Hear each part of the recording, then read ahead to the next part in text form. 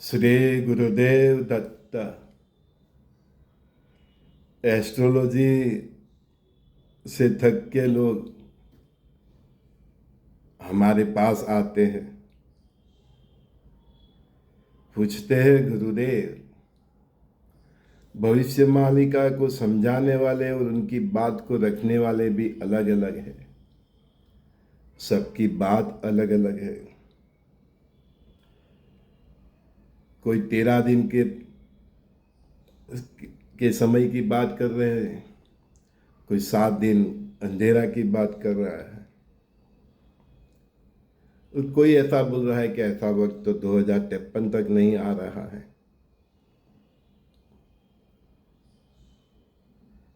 न सूरदास जी को कोई समझ पाया, ना नॉस्ट्राडेमस को कोई समझ पाया, तो भविष्य मालिका और पंचसखा को समझने वाले कितने? जिसने भी लिखा, जिसने भी बोला, उसने बहुत सोच समझ के बोला और बहुत सोच समझ के लिखा कि भविष्य में उनकी बातों का किस प्रकार से दोहन हो सकता है। कोई उनका दुरुपयोग कर सकता है, कोई इन बातों को सुन के गुमराह कर सकता है, कोई इन बातों को सुन के कुछ ऐसा प्लानिंग कर सकते हैं जिससे सनातन धर्म उसकी धरोहर को नुकसान हो सकता है।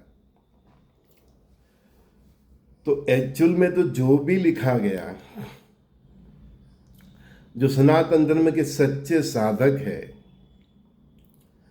जो शुद्ध सात्विक जीवन जीते हैं, चरित्र संभाल के जीते हैं, जो परस्पर देव भाव से जीते हैं, जो वसुदेव कुटुंबकम के भाव से जीते हैं, चाहे वो किसी भी ज्ञाति का क्यों ना हो, पर वो केवल मानवता के लिए जीता है, वो केवल ब्रह्मांड के परम सत्य के लिए जीता है, तो उसके लिए ही ये लिखा गया कि डरना मत, विश्वास रखना कि मैं आ रहा हूं, मैं युग परिवर्तन कर रहा हूं। तो जो भी कालखंड में वो जिए तो उसको एक उम्मीद रहे।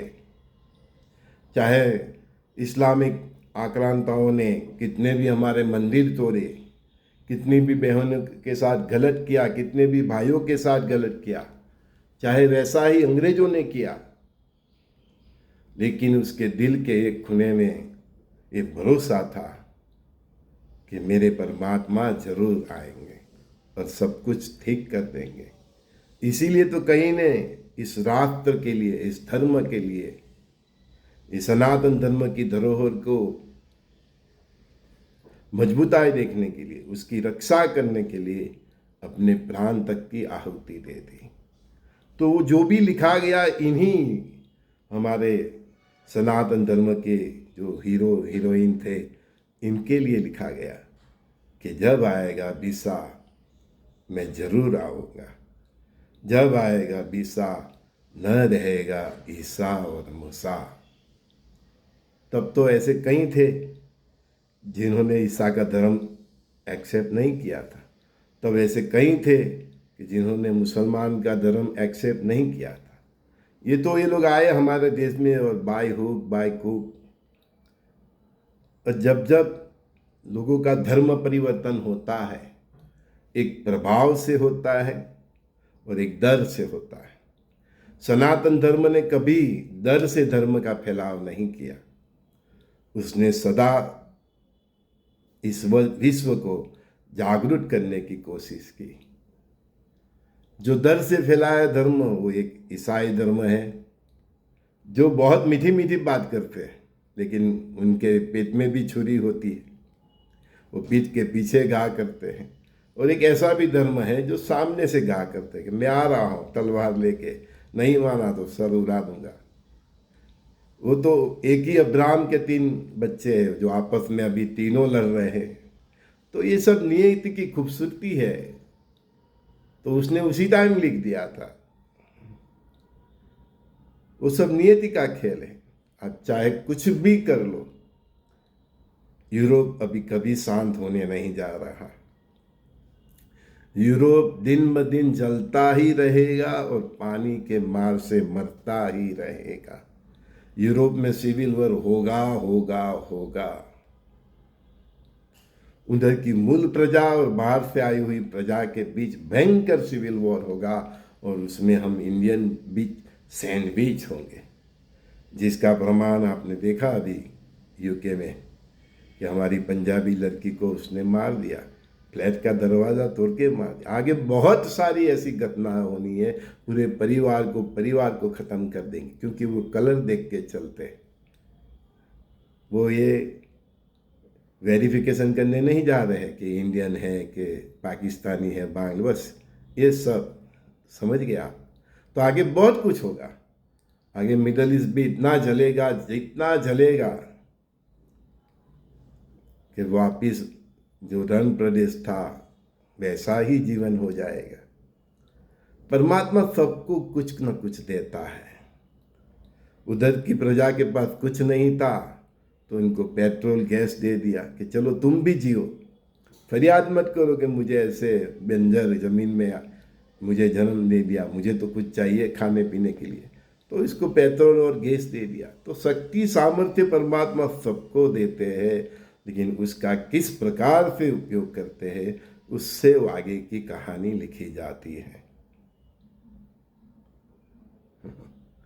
तभी उनके भी जो भी सर्वस्व हो गए तो उन्हों को भी लगा था, तभी उन्होंने भी के लिखा।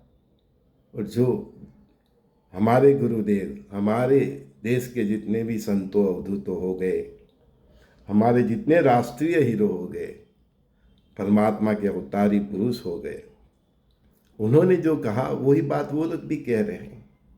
लेकिन सबको अपने अपने खलीफा की इंतज़ार है। इस्लाम को उनके खलीफा की इंतज़ार है, ईसाई को इनको यीशु का इंतज़ार है, यहूदियों को उनके गॉड का इंतज़ार है, तो हिंदू सनातनी भाइयों को कल की रुद्र भगवान का इंतज़ार है। इंतज़ार तो है, मतलब कोई तो आ रहा है। और ये जो बात जितने भी महानुभावों ने कही और मुझे भी जो बताया गया, तो इसी कालखंड के बारे में बताया गया।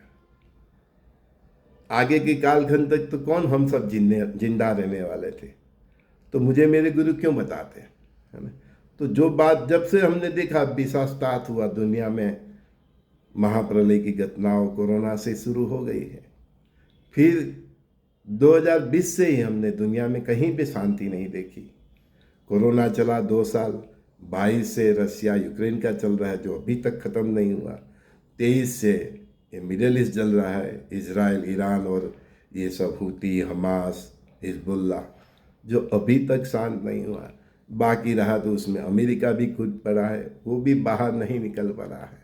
बस अभी और एक फ्रंट खुलना बाकी है, जिसको भारत, पाकिस्तान और चाइना कहते हैं। बस वो फ्रंट खुल जाए तो समझ लेना कि परमात्मा ने जो बात कही थी वो कालखंड यही है। मैं तो दावे के साथ कहता हूँ कि यही काल है, खंड है। अभी 27 के भारत, पाकिस्तान और चाइना का भी फ्रंट खुल सकता है 99.99% है ना। फिर तो कल की रुद्र भगवान की इच्छा है कि वो 27 में कराए, 28 में कराए। लेकिन जितना जब परमात्मा का जन्म हुआ था वो क्षण का भी मैं साक्षी हूँ। तो गुरु महाराज ने बताया था कि अवतारी पुरुष ने जन्म ले लिया, वो क्षण, वो दिन भी मुझे याद है। हमने कई दिन तक उनके वेलकम करने के लिए ओम नमः शिवाय की धुन 24 घंटे चलाई थी।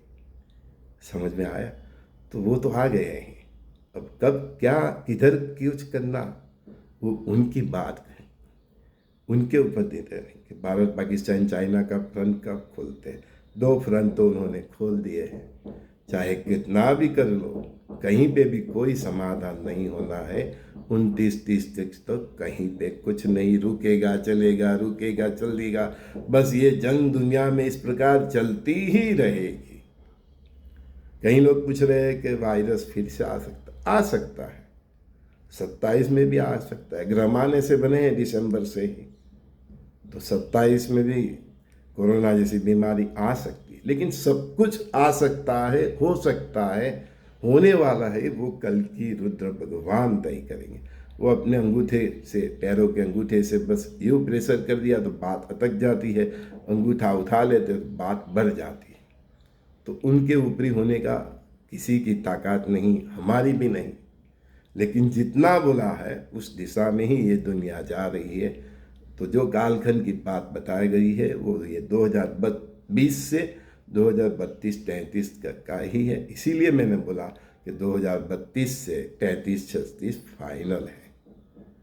अमेरिका भी जाएगा, चाइना भी जाएगा, रसिया भी जाएगा। दुनिया की 4 महासत्ता है, चौथा भारत। तो जो चतुर्थ स्थान में है वो फर्स्ट स्थान में आ जाएगा।